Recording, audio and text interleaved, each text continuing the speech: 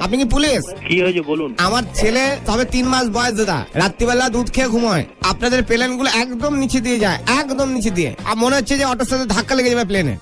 এবার কথা হচ্ছে আপনার সারাদিন নিচ দিয়ে যাচ্ছেন ঠিক আছে, খালি রাত্রিবেলাটা যদি আপনারা একটু উপর দিয়ে নেন আমার ছেলে একটু ঘুমোতে পারে। ওই আপনি আপনার ওখানে চেয়ারম্যান আছে, চেয়ারম্যানকে চিঠি লিখুন, চেয়ারম্যান চিঠি লিখে চেয়ারম্যান আমাদের সঙ্গে যোগাযোগ রাখে। দাদা শুধু আমাদের উপরের লোককে জানাবে। দাদা হ্যাঁ বলছি, শুধু এটা আমার সমস্যা না দাদা, আমাদের গোটা পাড়ার সমস্যা। ওই জন্য তো পাড়াকে নিয়ে দাদা বাপনের ছেলে ছাদে ঘুড়ি ওড়াতে যেতে পারে না। শোনেন, একসঙ্গে সবাই জানেন আপনাদের একটা জেটের প্লেন, আমাদের যে বাপনের ছেলের যে ঘুড়িটা আছে ওটা ছিঁড়ে দিয়েছে, ঘুড়িটা পয়সা কে দেবে? ওই আপনাকে যৌথ ভাবে একটা চিঠি লিখুন, চেয়ারম্যানকে লিখুন। আপনার কাকে লিখবো, অ্যাড্রেস বলুন। এত আপনি সময় নষ্ট করছেন, আমাদের অন্য কাজ আছে, ঠিক আছে দাদা? আমি তো বুঝতে পারছি না দাদা। ওই যে আপনারা, আমি এটাও দেখেছি আপনারা প্লেন থেকে উল্টো পাল্টা জিনিসপত্র